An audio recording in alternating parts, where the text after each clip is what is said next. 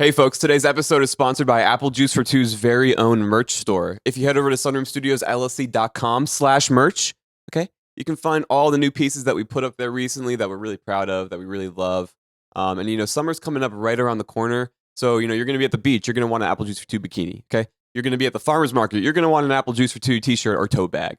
Somebody in your life is having a newborn, a new baby, a new child, new life coming into this earth. You're going to want to start that child's life off right with a pee-pee poo-poo check onesie or bib. Only at sunroomstudiosllc.com/merch, okay? So support Apple Juice for Two, your favorite local podcast. Also global. Thank you to the 3 people in Switzerland who listen to us. I've been really bad about listening to new music lately, especially like the past year, maybe 2. It's just hard for me to check out new stuff. Maybe it's something having to do with like social media and streaming services.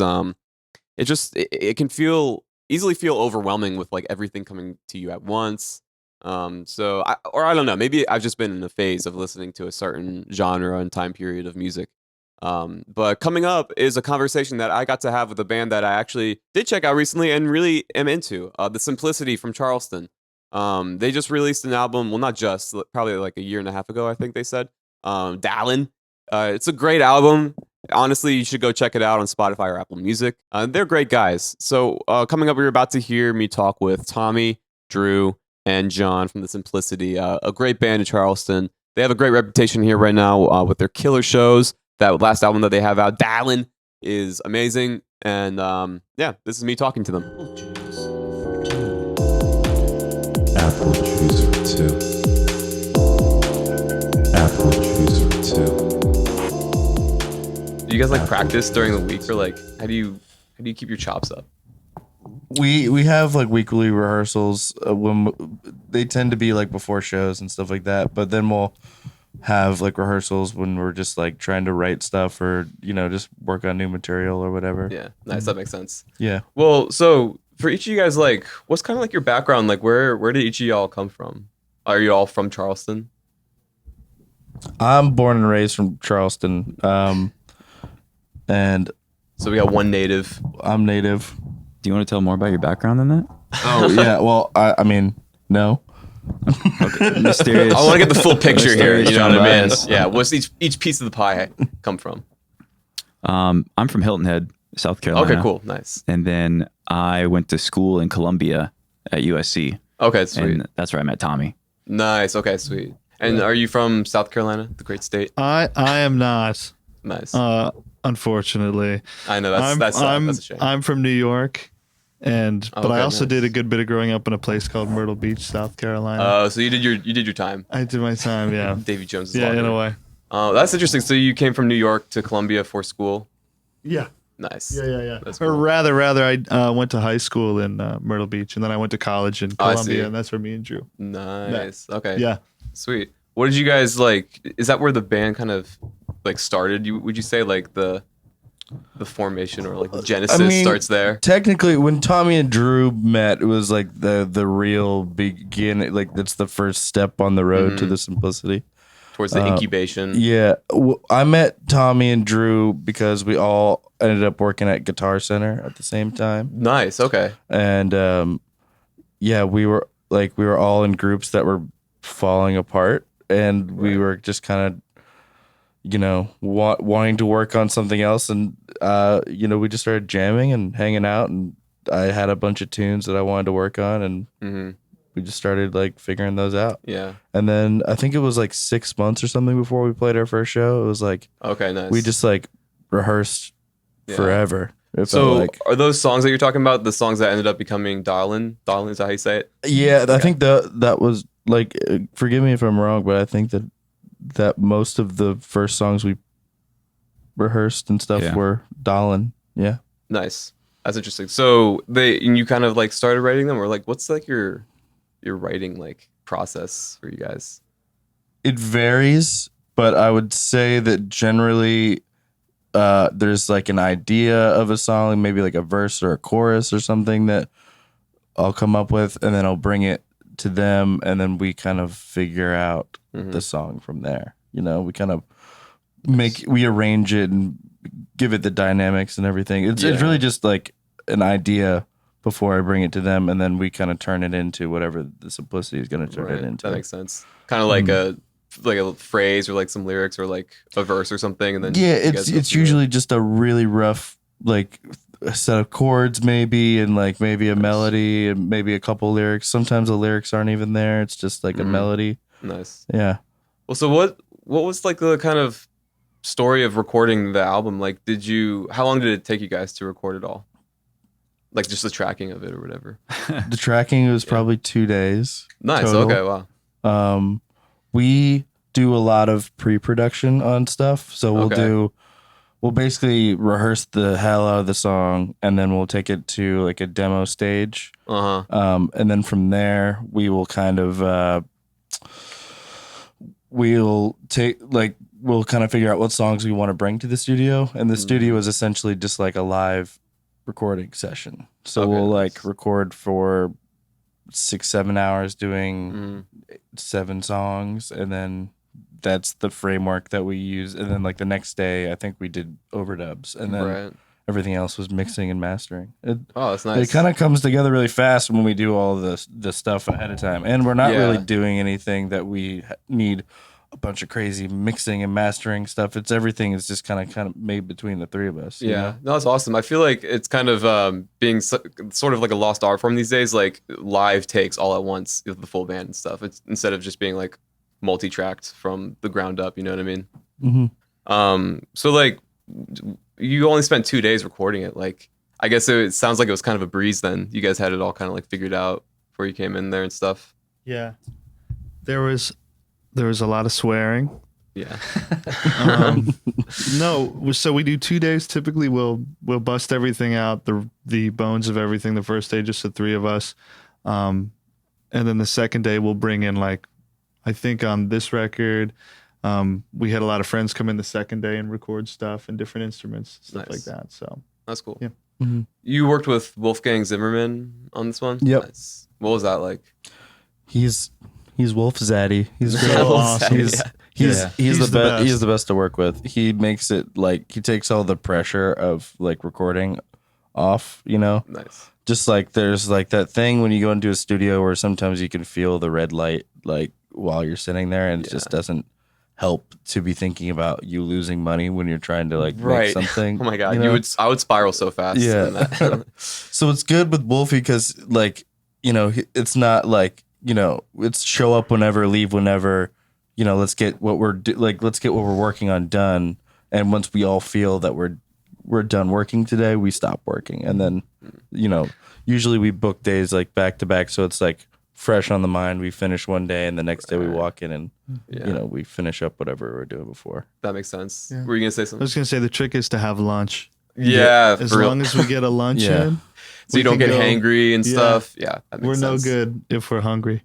It really does. Right, And it's just like a break. I can attest to that. I'm no good. You need some chewy bars, you know what I mean? Or some goldfish snacks. We're not big snackers. Like, you know, that's probably we're good, not big snack guys. We need like full meals. No know? crumbs in the studio.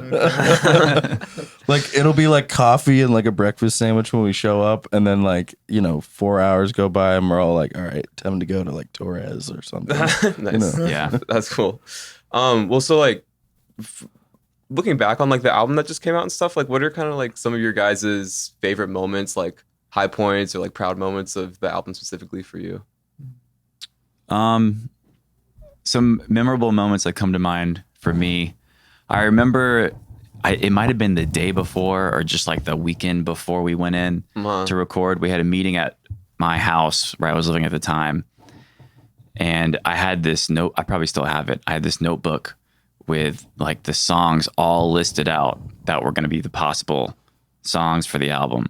And it was like Bias wanted to do like some of them, you know, we were all overlapping on like, we wanted to do some of these, but somebody really wanted to do this one and somebody else really didn't want to do that one. And we had this big like argument / conversation / fight at the house to figure out which songs were going to make the cut and which weren't. Gotcha. And so I mean, because it kind of is not like a short album, but you know, it's like concise. What is it, like 7 or 8 songs or something? 7 songs. Nice. Yeah. I mean, sometimes like LPs are like 13 or like 20 songs. It's kind of like, to me, it's never really been like like a full length record, but it's never really been like an EP either. To me, like that's the interesting thing about like the digital era is that we don't really have to abide by the rules of like the LP versus EP thing. We can just put out music in whatever shape or form we want to. Yeah. A little sampler. Yeah. To me, I like, not to like step on your toes here, but I think that when we had that conversation, we were all like trying to figure, like, because it's a big deal when you're a band and you're putting out your first thing. It's like that's everybody's first taste of you guys. Yeah. You know? Yeah. Everybody will like be going back to that. Right. You know, be like, oh, this is the first. You know what I mean? So I think we all were like holding on to it, like, because it's, you know, we all cared about it so much. So the fight wasn't this like angry, like yelling at each other thing. It was, we were yelling at each other, There's a lot of but it was, it's mostly out of love. You know, it's course, it's like, hey, like we all love this so much. We want it to be as good as it can be, you know? Yeah. Well, in service of the project. And stuff. Yeah. What were you saying? What I was going to say too is, I think we had maybe a bit of a different idea of what the process was going to go like. Oh, okay. Before we got in there. I think we were worried we were going to be really short on time and just be trying to shove songs in and get stuff finished. And the first day we got there and we just started blowing through songs, getting all the bones down. And we even got to a point where on the second day we had a little bit of time and we were kind of feeling the studio inspiration. And we ended up doing 2 of the songs on the album, War and Percy Street. We just cut those live on the floor. Wow. With everybody in there in the live room with us. So that's just everybody playing together. Yeah. Were there any overdubs for There that? were overdubs on both of those, but the same way that we would track like the 3 of us like for the other tracks on the album, like we just had everybody that was out there. So I think for those 2 tracks I didn't play any instrument when we were tracking. I think I just sang. And then we had a couple of the guys from Daddy's Beamer there, and Tyler, my buddy that used to be a part of Makeout Reef. He was playing keys. Is that a SpongeBob reference? It is. It's it was an old house venue downtown, legendary in some small corners of Charleston. Nice, that's cool. Well, so you were saying like you guys had kind of some expectations of how it might be going in that was kind of like different from how it played out. What were kind of some of those? Like, was this the first time for all you guys being in the studio or together? Yeah, we've all been in the studio separately. And I think for me, I know that time is easily wasted in the studio and quickly turns into like you're spending 4 hours on a bass line. So. Yeah, that makes sense. Yeah, I think we've all had those kind of bad days in the studio where it doesn't feel like anything is getting done and it feels like you're wasting time and money. So I think we just wanted to be mindful of not getting caught up in that. Yeah. And I think we were all just a little stressed, it being our first time. Yeah. But yeah, I wasn't expecting us to get in there and just knock them out so quick and like we didn't really hit any roadblocks. We just kind of just really kept on going. Yeah, there wasn't any point where we got stuck. Yeah. And didn't really know what to do. It sounds like on the album, it's not, like you said, like it's not super crazy complicated with stuff. It's pretty like, you know, you just got the band playing on it. Yeah. The good part about the 3 of us is it's usually always figured out by the time we get to that point. So it's like those arguments have been had. We're not, you know, wasting precious time in the studio arguing about, you know, what should be, you know, what needs to be in this section of the song or whatever. Yeah. You know? And I don't think we ever really have big disagreements about stuff. We generally are all on the same page musically, you know? That's good. Yeah. What was I gonna say? Oh yeah, like what are some of kind of like your influences or like inspirations for this album particularly, would you say? Like anything For Dahlin, I think a big one for me was like I was listening to a lot of Wilco. Nice. Especially like Sky Blue Sky and Yankee Hotel Foxtrot and stuff like that. And then, you know, the stuff that we all love. Yeah. Like the band. I think it's cool too because when we wrote Dahlin, like Bias said, when we met each other, we were all kind of doing stuff that was kind of falling through a little bit. So we got up together and did stuff. And I think at the beginning, the simplicity was really like a catharsis kind of thing. So we were listening to, I think, like a lot of rock and roll records and a lot of punk stuff like Iggy Pop and the Dead Boys and stuff like that. I think the whole point at the beginning was just to kind of get together and hang out and play loud and fast. Yeah. So yeah, That makes sense. yeah. Where did who came up with the laughing for laugh? Like, that's all you. So it was around the time when it was, we must have been in the middle of the pandemic with everything going on. Yeah. And Okay. I just remember that it was like every day, like since everyone had nothing to do but just sit around and be on their phones, everything was so much more like, everything was a hot button issue and everything was like over the top and crazy, and it just felt like That was an intense time. a very intense like way to be like going about everything. And that Joker movie had come out, and I remember seeing that and being like, just like his disease in the movie where he laughs and like it's like almost like a Tourette's kind of thing for him. Yeah. And I just found that idea of like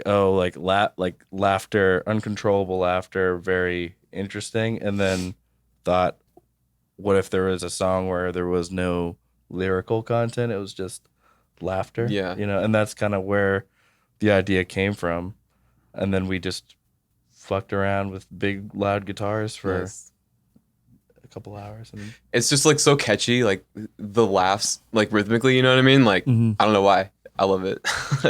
It's funny how that one worked out too, because people do always ask us about one, and that was definitely one where we were just fucking around. That makes sense. And we got that at the end of it, and it's really awesome that people like it. I think it's that thing where when you have the more fun you have, people have more fun watching you do it, Right, yeah. So like a lot of like what Tommy was saying with the catharsis, that's a big part of that first record, is because like we just wanted to make a record that felt like the things that we wanted to listen to. It felt like raw, it felt energetic, fun, but it also had like maybe a little bit of sadness to it, maybe a little bit of nostalgia. There's some poignant moments, for sure. And like I always like records where nothing feels like you've gone over that before. Like there are some records you listen to and like you'll be like, okay, this song is essentially the same as the last 3 songs in the track list. Like you could have just like scrapped a couple. Yeah,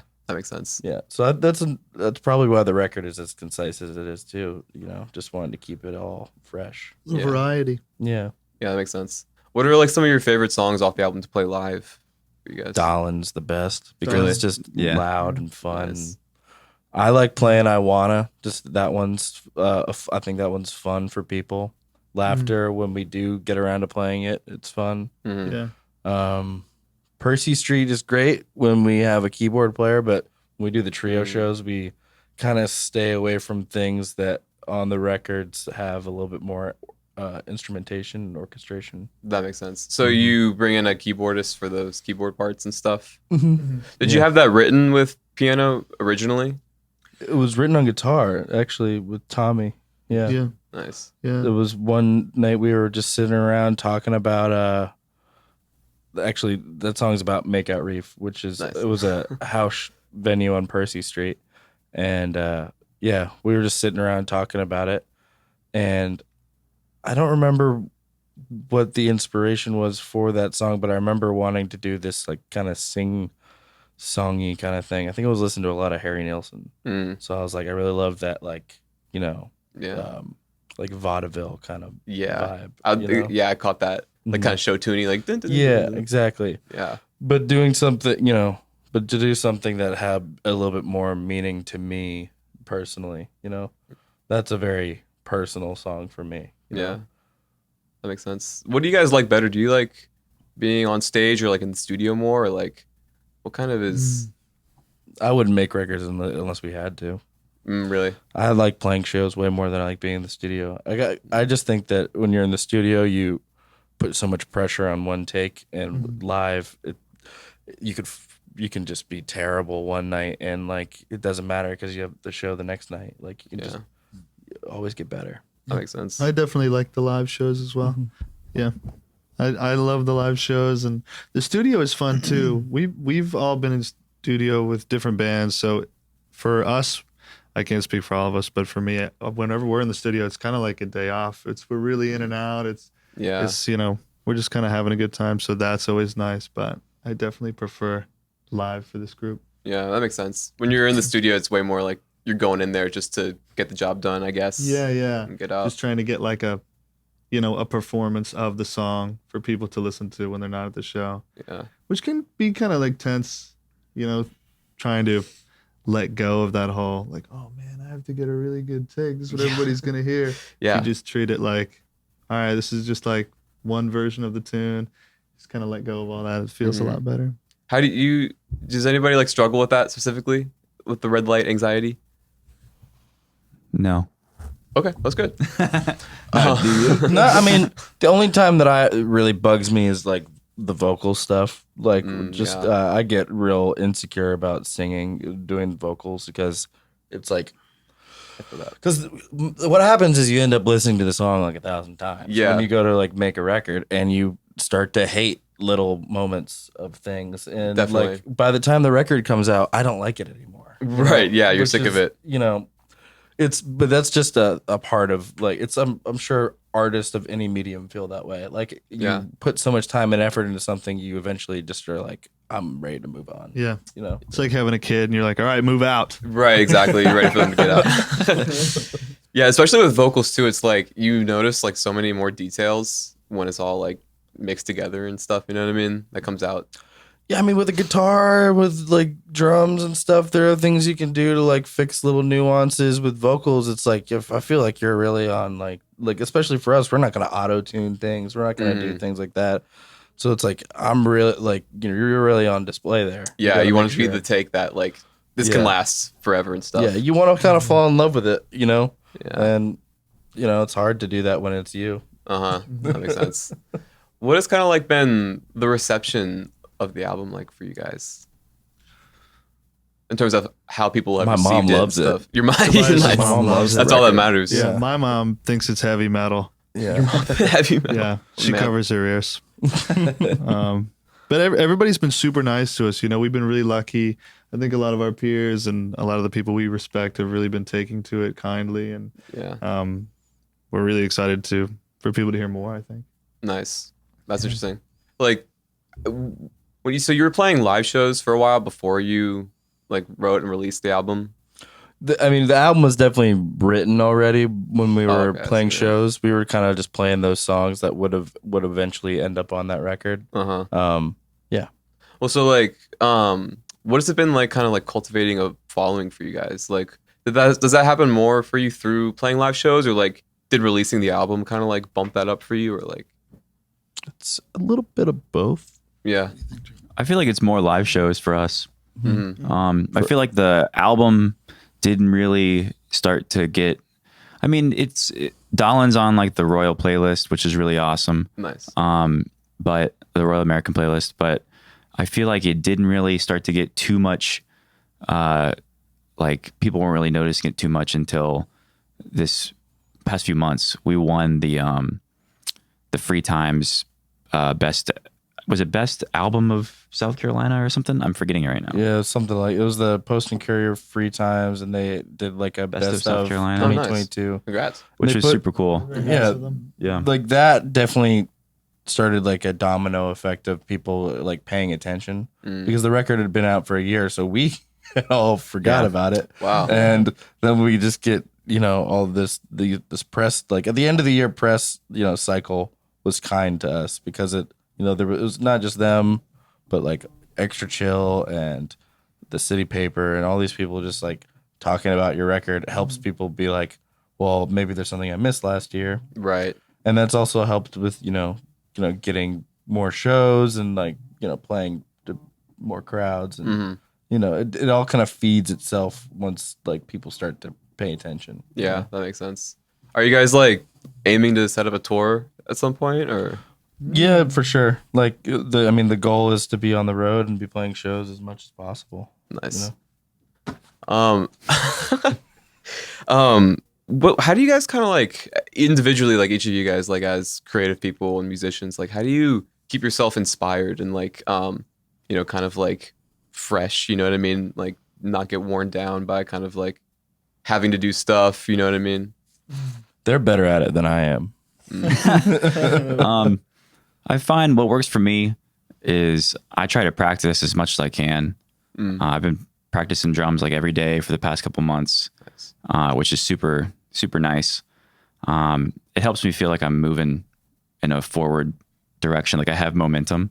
Yeah. But then also like I've been playing drums for over 10 years. So I get kind of bored with like the drum world sometimes. Like I can get too drummy in my head. Right. So kind of stepping out of that. Like right now I'm reading a book of interviews with this painter, Francis Bacon, and just to see how he kind of approaches art and thinks about art and life is really inspiring. Huh. So stuff like that. That's cool. What kind of like does he say about that? He has a lot of really interesting views. He's like really, one thing he keeps harping on is leaving room for accident. He'll kind of like start a painting and have an idea of where he wants to take it, and then kind of let the paint have its own little, part in like getting to the end result. Kind of, Right. he pays attention to like different strokes and kind of lets chance, have a part in it too. Yeah. So, yeah, it's just really interesting. It's like, I don't know how, I don't always know how to take that into a musical context, Yeah. but it's just stuff like that that's a little outside of the music world that kind of helps me think outside of the box sometimes. Yeah, that makes sense. It can definitely be like really nice to kind of break out and just kind of like put yourself in a different, I guess, framework of like someone making something, you know what I mean? Like getting out, just like watching a movie or something instead of like trying to think in terms of like song or like drum and stuff, you know what I mean? Yeah. What about you? I think, Do you do yoga? you know what, man? I did some yoga the other day. It was great. Nice. No, man.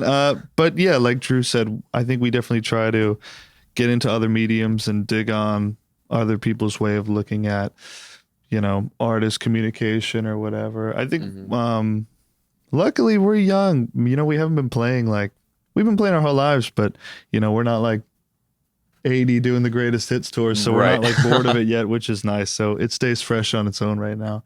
I think for me, it's important to remember that we're people first before we're musicians. So just remembering like the songs and things that we play and the parts that we write are all kind of like, we're just talking about life that way. Yeah. And not getting too like, what is a song? Yeah. Just like living life and letting it kind of happen on its own. Yeah, because like in essence, like that's essentially what's most important about music in general, I guess, and songs, like pop structured songs too. Like that's what people want to, I think, like connect to. You know what I mean? Yeah. What about you? I don't know. For me, I guess I get a lot of the inspiration for me comes through just talking to these guys about stuff. Like, just sitting around talking about life and ideas and just anything. Like, when we first got together, Tommy was really good about introducing me to a lot of like literature and poetry and stuff like that. Nice. And helping me kind of like change my perspective on like how to write lyrics and stuff like that, and how to create a story. Everything is kind of like narrative. Yeah, I don't like, for me, like art, like any medium outside of music is generally very inspiring when it comes to being somebody that writes music. Right. But I have a really hard time listening to a bunch of music and then trying to write, because I feel like I'm like just trying to be oh, I'm just trying to write like a Stone song right now. Right. Yeah. You want to fall into like that trap. Yeah, whatever. And sometimes it's nice, when you're like listening to a bunch of a certain thing, you're like, oh, I'm gonna try and like figure out why I like this, like where the melodic sensibility is. But that's more for fun and not for like trying to get some work done. Yeah, that makes sense. Have you like always like written lyrics or like poetry, or like did you kind of start trying to take it seriously with simplicity or? I've always like, as far as I remember when I started playing guitar, I was writing songs right next to it, you know. Lyrics, like, I don't know, like it was always a means to an end. Like playing guitar was a way to like write songs, you know, because I was really into like the singer songwriter stuff growing up. And what kind of stuff were you into? Like, you know, the classics like AC/DC, Led Zeppelin, Aerosmith, that kind of stuff. And then my dad was super into like REM and the Smiths and like college rock, like The Cure. Ooh, and good taste. And then my mom was you know, big on like the Motown stuff and like the Beatles nice. and stuff like that. So yeah, I got a little taste of like the alternative stuff and like the pop stuff. And then when I got to like high school, I started listening to like the White Stripes and punk rock music and just anything. And yeah, that took me on a different path. Uh-huh. You know?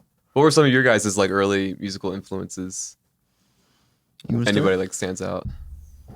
I'm trying to think. When I was a kid, I did also love AC/DC. I grew up Interesting. playing guitar. I didn't really play bass Okay. this heavily until I started playing with the Simplicity. So That's that's the been kind of a age-old tale of fun the journey. bassist. yeah, I always played like rhythm guitar and stuff. I never wanted to be Hendrix, so it made sense Right, when I okay. was like, I'm just gonna sit back in the group. Are you two? Yeah, a good old Sorry, we're Paul flirting McCartney. over here, Yeah. No horseplay. No horseplay.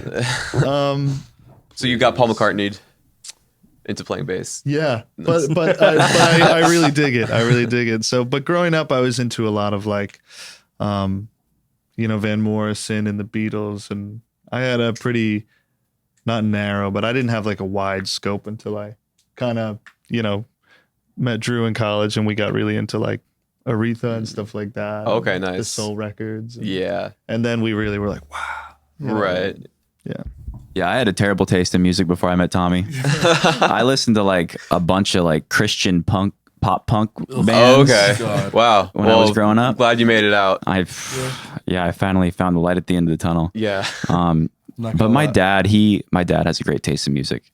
And when I was a kid, he gave me this MP3 player, and there was 5 songs on it. And I don't remember all of them, but I remember there was like Taxman by the Beatles, which I loved. There was like a Sting song on there. And then I think there was a Rush song too, because he's a big Rush fan. But that like, I loved those songs. Couldn't really get into the rest of their catalog at the time, being like 12. Rush? Like Rush and Sting and the Right, Beatles. yeah. I don't know why it didn't click with me. Yeah, I until feel that met too. Tommy. When I had nothing, like no interest at all in the Beatles for a very long time in my life. You Yeah. know what I mean? Yeah, it took me a while to come around. They either get you right away or Yeah. it takes a while, but they always get you. Something like that for sure. So like when you kind of made the transition into bass, like how have you grown into the bass guitar more so since kind of taking it on full time in the Simplicity? You know what? I've been really lucky. I've been really fortunate when I moved here to Charleston to play with a bunch of different groups playing the bass, which was really nice to try and get my chops up, just learning all different kinds of styles of music. But, you know, I think as soon as we started playing together, the 3 of us, it was a cool opportunity for me I was kind of like on my own with it, with like writing and playing. And I was like, oh shit, what the fuck does a bass line sound like? Right. So this was the first group I kind of had to figure it out, Yeah. which ended up being really nice. Nice. Yeah. Like thinking, I guess, of instead of just chords in general, but like making a bass line that can kind of like dance around those a little Yeah, bit. like a different way of listening to a song and being a part of it. Yeah. Yeah. That's interesting. Yeah. What kind of stuff do you guys like want to do in the future? Like, are you writing songs now? Oh yeah. Well, we have an album that will be coming out this year. Okay, nice. We're finishing up the mixing and mastering of that right now. Okay, nice. That's exciting. Yeah. I can't wait for that one. As far as writing goes, like there's always material that we have that like hasn't been explored Right. further. It's just like The B-sides. I don't like. I've never really looked at things like B-sides. Like it's like Yeah. I feel like it's about. We don't have records anymore like that. So Well, the thing that I love is that like whenever we go to make a record, there's always like stuff that gets like thrown by the way. Like, there's a song that we've been working on for years now that like didn't make the first record, didn't make the second record, may not even make the third record, but eventually it's gonna come out. You know? Right. Yeah. So Makes it's like sense. there's Hopefully. like because we do love these songs, we just haven't found a way to approach them in the studio yet. That you makes know? sense. Yeah. Like we can play them live and stuff like that, but yeah, for me, like moving forward with the band, like I just want to keep playing as many shows and make them as bigger and more fun, and Nice, yeah. like I like playing with as many people as possible. So like the dream for me would be able to play with like, you know, an entire orchestra or something. You Oh, know? nice. That'd be dope. I'd like an airplane, Yeah, like a simplicity. we have big dreams Simple in air. the Yeah, sense simple air. That'd be nice. very complex dreams and Like simple that land. photo of Led Zeppelin, like Yeah. hanging on the Yep. airplane That's with it. simplicity. Like the Doobie Yeah. Brothers had their own. The Doobie Right. Brothers. Yeah. Yeah. Literally. So for you, has this been like your first time being like a front man singing in a band? I've actually the only band I've ever not been the singer or guitar. Well, the only band I've never been the singer in was like the first band I had in high school, and I was Gotcha. playing like bass, and then eventually started singing in that band. I don't know. It's like it's always just been An outlet for you type yeah. thing? Like I never really wanted to be like a guitar player in somebody else's band. Like it's never it was Right, never yeah. really like that interesting. Like I'd rather work on what I want to talk about, you know? Mhm. I was in a band for a while where like it was me and another guy. We both wrote songs, and that was called Mr. Rosewater. And we would, you know, it was like 50-50, like a Lennon McCartney kind of thing. You just Right. write back and forth. And that's good, but you always have to make compromises. And like you got to make compromises in a band like this too. But I don't know. I feel like since starting this band, I've had more of an outlet to talk about the things that I want to talk about. Yeah. Because they've never told me like, oh, we're not going to do that because we don't like that song, or like, you know, we don't want to work on something like this. It's always like That's nice. whatever gets brought to the table, we just Yeah. kind of work on it. You know, There's three of us, so it's always 2-on-1. Right. Yeah. and, Exactly. and one guy being bummed out at a time is all right. With us. That's true. Yeah. Doesn't that makes matter sense. who. yeah, Well, it's nice that ultimately it's like a supportive thing. You know what I mean? Like, sounds like it's not like you're just dismissive of stuff like that. no, like like if anybody brings an idea to the table, it's like it's gonna be talked about, you know. And if it's not, then we didn't do our jobs right as a band, you know, because like yeah, like a lot of times it is like two people are on one side and one person is on the other, and like maybe that person's bummed out, but at the end of the day, like if there was a fourth person that had to make decisions with us, we would just be tied all the time. And Exactly. it would be bad. Like That's why We've never- Congress or the Senate has odd numbers. yeah, like the odd numbers definitely help because we're like, and some, you know, a lot of times we agree wholeheartedly. Like Yeah. we all like we've known each other long enough that like we'll just go in the group chat and be like, yeah, we don't want to do this. Nice. Well, that's done. Yeah. It's easy. Yeah. Being blunt has really carried us through. We don't get too precious or That's good. like offended with one another. I think we know no matter what is said, it's coming from a good place. Absolutely, yeah. Like Most of the time. most of the time. Yeah.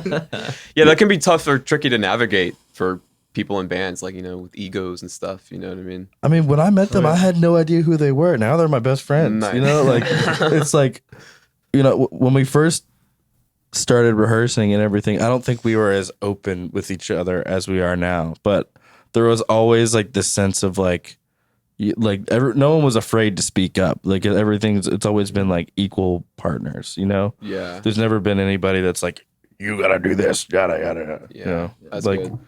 yeah. We're also a little bit in our own way. All of us are kind of too arrogant to put up with that. Yeah. So if anyone's like, do it this way, we'd be like, nah, fuck you. Yeah. Yeah. I guess it's a little healthy to have some. Yeah, Yeah. maybe.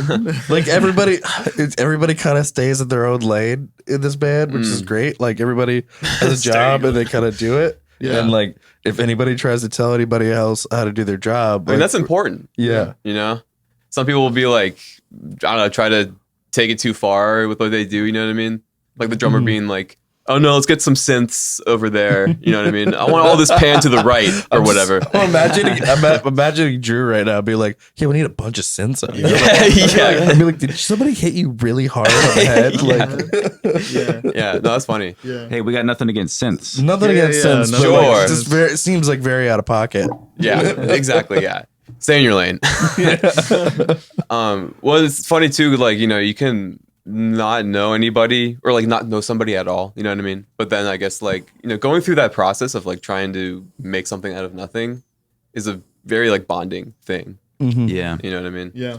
I think we trust each other too. Like if Bias were to be like, I think we should fuck around with some synths on this. I think sometimes Tommy and I can kind of be like, okay, well, what the hell does that mean? But I mean, we've done it enough times to where like, if it works, then we're like, hell yeah, I'm glad that we tried this out. Yeah. And we kind of know like, if we're not getting anywhere, we're like, hey man, let's try something else. Right. Like we were able to do a little bit of exploring. Like you were playing the omnichord Yeah, in like the studio and we stuff. did, we like the synths thing.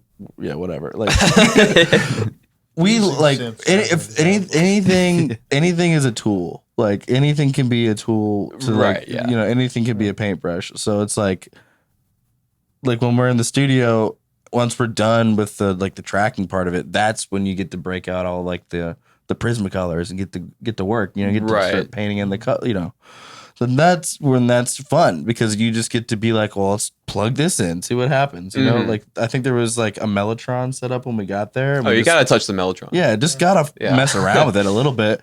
Even if you don't get anything good out of it, you know, at least like you tried it, you know? Yeah, I think we're all very open to like any weird idea.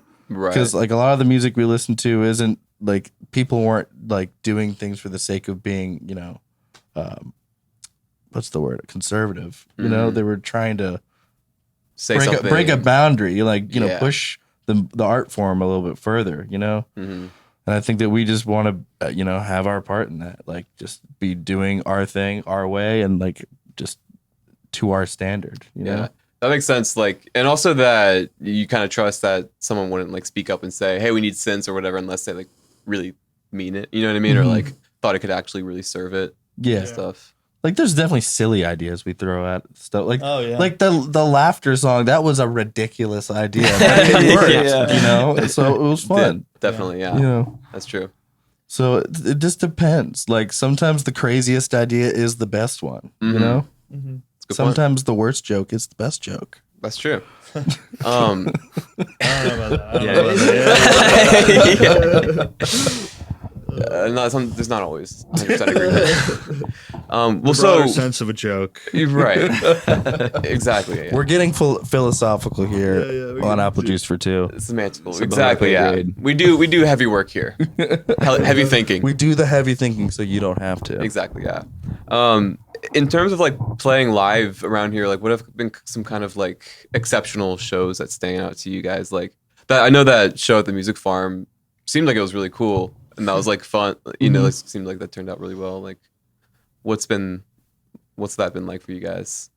I think the last like 6 months, maybe a year of shows that we played have been like just getting better every time. You know, Specifically, like this past 6 months and stuff. this like I'd say the past like 12 months, like okay. starting like January of last year, like we just kind of started to hit Some some of the just goals that we had in our head of like what we wanted to do as a band. Like I remember right as the pandemic was kind of loosening up and we got to start to play shows again, we were like, oh, you know, we'll be playing the Music Farm by the end of the year. And at that point it was like a fever dream, you know? Right. And then like I remember the day we were playing the farm and I was like, you know, we talked about doing this like a year ago and I talked about it like it was never going to happen. Yeah, that's trippy. You know, and It's you know, nice. doing stuff like that, playing like sold out shows at Royal and like knowing that people are showing up to like see us. That's really cool. Like,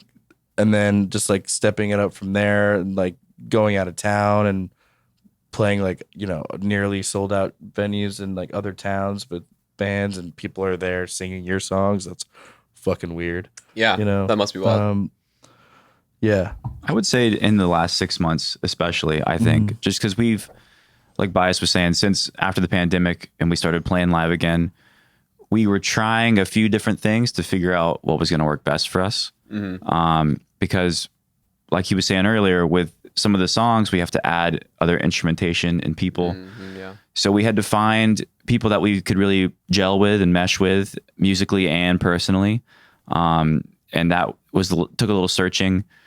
And then also we kind of we took a little bit of time just to kind of get back to the roots of the band and do some trio shows again after we had been doing the 5-piece for a while. And I think once we started doing that again, we kind of hit a little stride and really tightened up.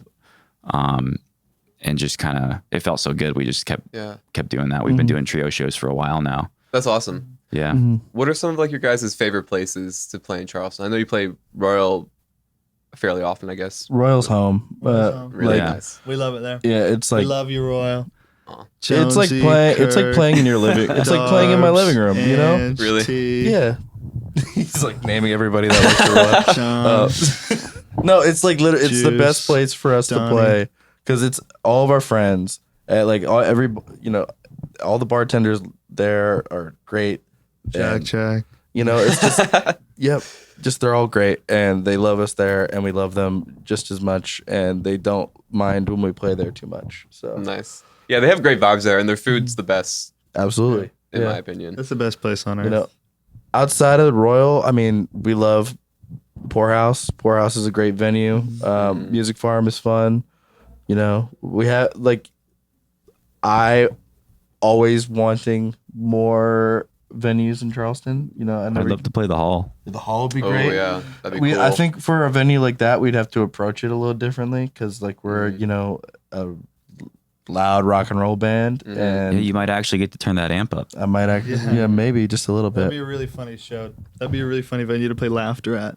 Yeah, it's 900 people sitting down. Yeah, the sitting down venues are interesting because how do you have a real rock and roll time at a sitting down venue? But I've seen it done, and you can do it. It's just at some of those shows, I feel like some people stand up, some people don't stand up. You know what I mean? So if you're not standing up and someone in front of you stands up, then you have to stand up. Yeah. You know what I mean? Yeah. Me out. That happened to me at the Stevie Nicks concert. Ooh, really? Was that at Charleston Music Hall? No, she played at Capital One.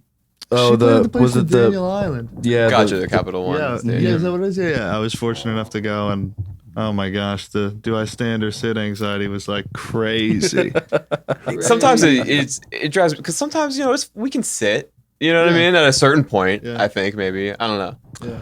It just depends. If I wanted to go see like Alabama Shakes, I wouldn't want to sit down. Yeah. I mean, and also if you're in the Royal American, you're not going to sit down. Right. You're dancing and stuff. But if I saw Elton John, I could get why you'd want to sit down. Right. Exactly. Yeah. It's but you're gonna stand up during Saturday night. Yeah. Exactly. Whatever. But you're gonna sit back down when he goes to play Rocket Man. Right. I'd be like, dude, sit down. Come on. Go get a hot dog or a pretzel. I could stand up during Rocket Man. I could sway during Rocket Man. That's true. Pull the lighter out. Yeah. You lost your chance for that. Yeah. Oh, that's true. Yeah. He was here recently. What have been some good shows that you guys have seen, or any landmark live shows that you're oh my god, throughout your life? Wow. Throughout my life? You want to go ahead? I have one that came to mind, but you can go first. You go ahead. I'm thinking. My girlfriend and I saw Duran Jones and the Indications at the Poorhouse. Nice. I guess it was 2 years ago. Oh, yeah. And that was incredible. Really? That was such an amazing show. I really loved their music and I was like, oh, cool, they're in town. We should go check it out. And she was kind of tagging along as a favor. She's like, yeah, my boyfriend wants to go to this show or whatever. And she had more fun than I did. Really nice. She loved it more than me, I think. Slam dunk. She told me. Boyfriend slam dunk. But they were so good. There was this part in the show where they did a little medley of songs. Nice. And Duran Jones left to go do a costume change. And they mashed together all these songs, an Outkast song with a Jackson 5 song with just another random one. It was really cool. Huh. They're so talented. They kind of had a fun on their toes energy that night. Or yeah, they were just crushing. It was great. They're so good. Yeah. Oh my god. I don't think I've ever heard of them. I gotta check that out. Yeah, check them Oh, they're out. great. You'll love it. Yeah, they're really good. I think the best show I've ever seen. I mean, Could be lately, right? Doesn't have to be Yeah, somebody famous. I mean, I saw Alabama Shakes at Bonnaroo, Alabama Shakes and My Morning Jacket at Bonnaroo. And those two shows were incredible. Like Brittany Howard is just like the greatest singer of our generation, and like it's in like the rock and roll genre, you know. And then My Morning Jacket, it's just like they're the most epic sounding. They're huge. Yeah. They just sound like massive. And then like locally, I saw Twin recently, and Twin has been putting on incredible shows, and I think that they're gonna be massive too.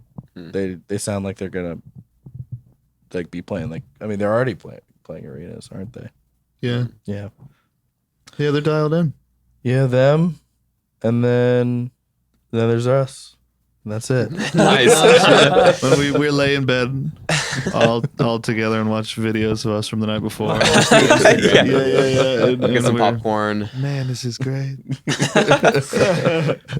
That's important. You gotta, you make some comments and criticisms, and It's all criticism. adjust accordingly. It's all criticism. Yeah, it's all like, oh man, we missed the fucking. How often do people ask you about apple juice on this show? Yeah. Do they come expecting apple juice? Is it like the grilled cheese show where they're like, stop asking us about grilled cheeses 'cause you're not gonna get one? That's funny, yeah, because I kind of didn't understand the same thing with them.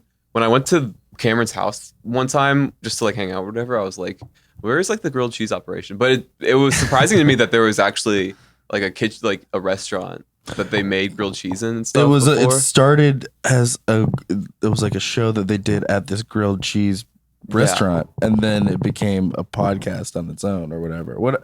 Yeah, it was. Yeah, they used to throw these Apparently shows. that's where it comes So like from. an Yeah. apple juice stand. Apple juice stand. That's true. We should. That's a good merchandising idea. But really, yeah, some people do come in here sometimes and be like, "Oh, where's the apple juice and stuff?" We should have a mini fridge with proprietary branded apple juice. I would Bro, crush you're it. in an office building. You're missing it. You need the water cooler. You're right. filled with apple juice. That's true. Yeah, That is The logo. Yeah, that's true. Just kind of get some going. We have had people who will bring apple juice and stuff like that. We've had BYOJ. before. It is a BYOJ arrangement. Yeah, exactly. At this current point in time, Fuck.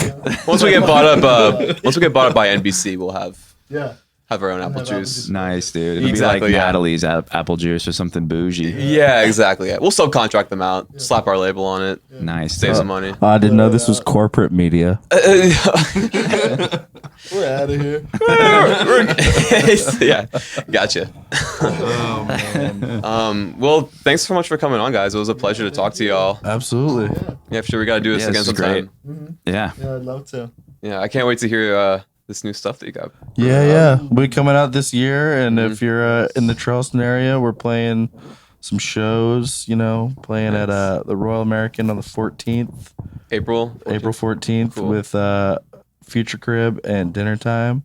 Oh yeah. And then we're hitting the road a little bit. Going to be playing Charlotte the week after on the 21st at Camp North End.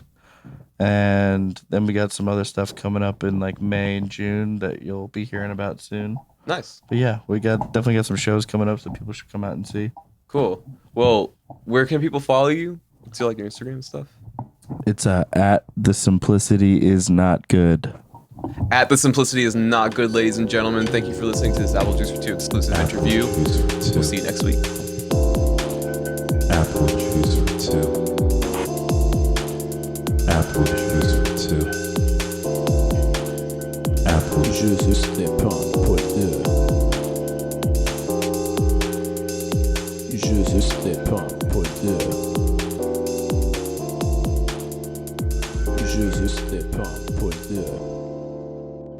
Apple juice.